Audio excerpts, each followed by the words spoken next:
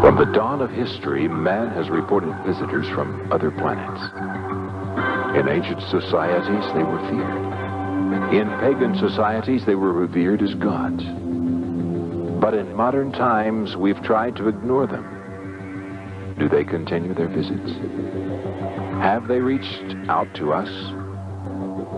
Are they in fact in league with the governments of the earth, even as we speak?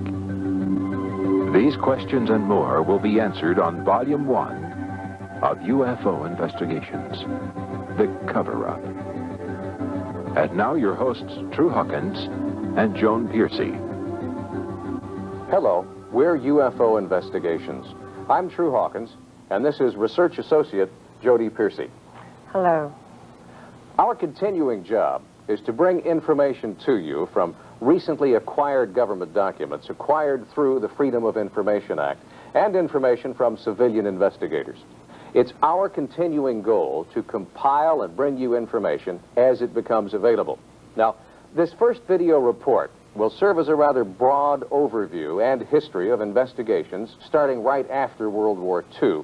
Now, to begin with, do UFOs and extraterrestrial beings exist?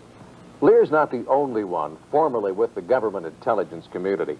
Bill Cooper, a former Navy man, describes the incident that turned him onto UFO research during a subsequent interview with Knapp and Lear. In the Navy, I had an occasion to actually see what they call a UFO, only this was certainly not unidentified. The only thing that I could tell about it that was unidentified is we didn't know who was flying it.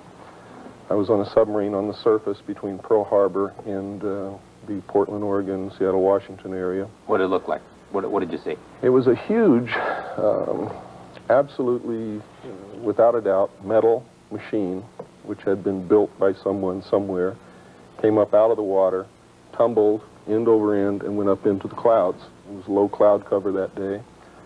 There were 3 personnel on the conning tower. It was myself, the starboard lookout, and the officer of the deck. His name was Ensign Ball. You all saw it? They all saw it. The captain was called to the bridge. He came up, followed by the chief quartermaster, who brought a 35mm camera.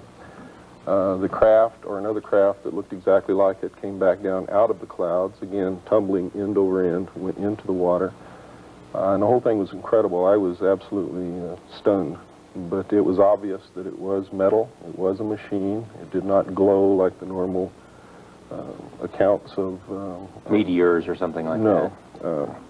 And pictures were taken. When we arrived back in port, we were debriefed by Office of Naval Intelligence officer who basically the gist of the debriefing was is you didn't see anything and you're not going to talk about anything, and if you do, you're going to be in deep trouble. So that was the end of that. Now, both Lear and Cooper are now conducting their research in the open, exposing themselves to whatever consequences may come their way.